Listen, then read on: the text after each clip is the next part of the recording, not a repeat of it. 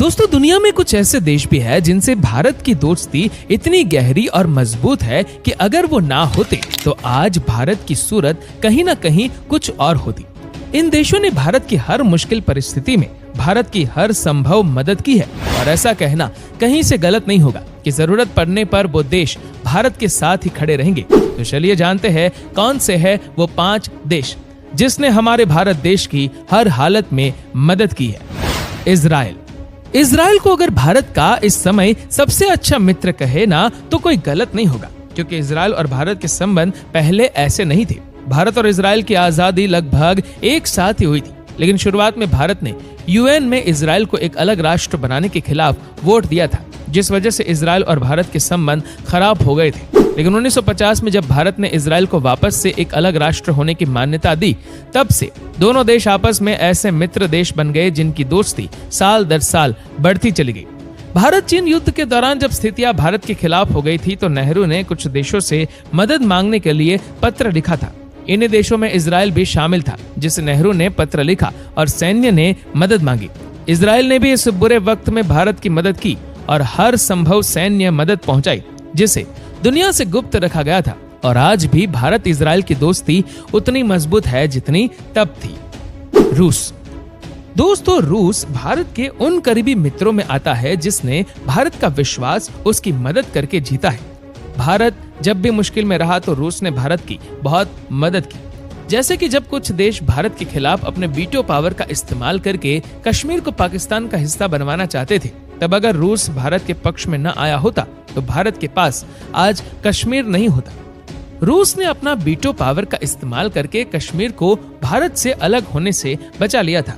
इसके अलावा जो पाकिस्तान ने 1971 में भारत पर हमला बोला था, तब रूस ने उस दौरान भारत को बहुत से हथियार और टैंक मुहैया करवाकर भारत को उस युद्ध में भी इस लायक बनाया था कि भारत बड़ी आसानी से पाकिस्तान को मात दे। इसके अलावा 1965 के भारत पाकिस्तान युद्ध में रूस ने मध्यस्थता करके दोनों देशों के बीच ताशकंद समझौता करवाया, जिसके बाद ये युद्ध खत्म हुआ था। बदले में भारत ने भी सोवियत रूस की नीतियों का समर्थन किया। 1989 में जब रूस ने अफगानिस्तान पर हमला किया, तब भी भारत एक मित्र होने के नाते सोवियत रूस के समर्थन में खड़ा नजर आया। इस वजह से अगर भारत कभी भी किसी मुसीबत में होगा तो रूस कभी भी मदद करने से पीछे नहीं हटेगा। जापान। भारत के सबसे करीबी देशों में जापान उस दोस्त की तरह आता है जिस पर आप आंख मूंद कर भरोसा कर सकते हैं। भारत और जापान के संबंध हमेशा से काफी मजबूत और स्थिर रहे। जापान की संस्कृति पर भारत में जन्मे बौद्ध धर्म का स्पष्ट प्रभाव देखा जा सकता है, जिसकी वजह से जापान हमेशा से भारत की सभ्यता और संस्कृति से जुड़ाव महसूस करता है। और अगर बात युद्ध में मदद की करे तो आज भी जापान भारत और चीन के खिलाफ युद्ध में दक्षिणी चीन सागर में फैले हुए चीनी वर्चस्व के खिलाफ भारत का साथ देता रहता है। और ये बात सिर्फ आज के समय की नहीं, आजादी की लड़ाई में जब सुभाष चंद्र बोस देश से बाहर जाकर अंग्रेजों के खिलाफ लड़ने के लिए अपनी नई फौज बनाना चाहते थे, तो वो जापान ही था जिसने आजाद हिंद फौज के लिए बॉस की मदद की थी और अपनी शाही सेना से भी जरूरी मदद करवाई थी। इसके बाद भी जापान भारत के बहुत से कामों में उसके साथ रहा, शायद इसीलिए भी क्योंकि भारत ने भी जापान की हर संभव मदद की है। इसे आप ऐसे भी समझ सकते हैं कि 2011 में जब जापान में सुनामी आई थी तो भारत की एनडीआरएफ टीम अपने पहले विदेशी मिशन पर गई थी, जहां उनका काम था सुनामी में लापता हुए लोगों की तलाश करना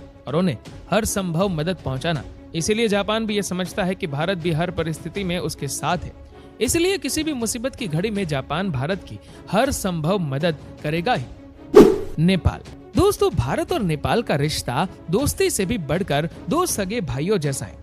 हजारों सालों से नेपाल और भारत के बीच धार्मिक और सांस्कृतिक रिश्ते को पूरी शिद्दत से निभाया जा रहा है।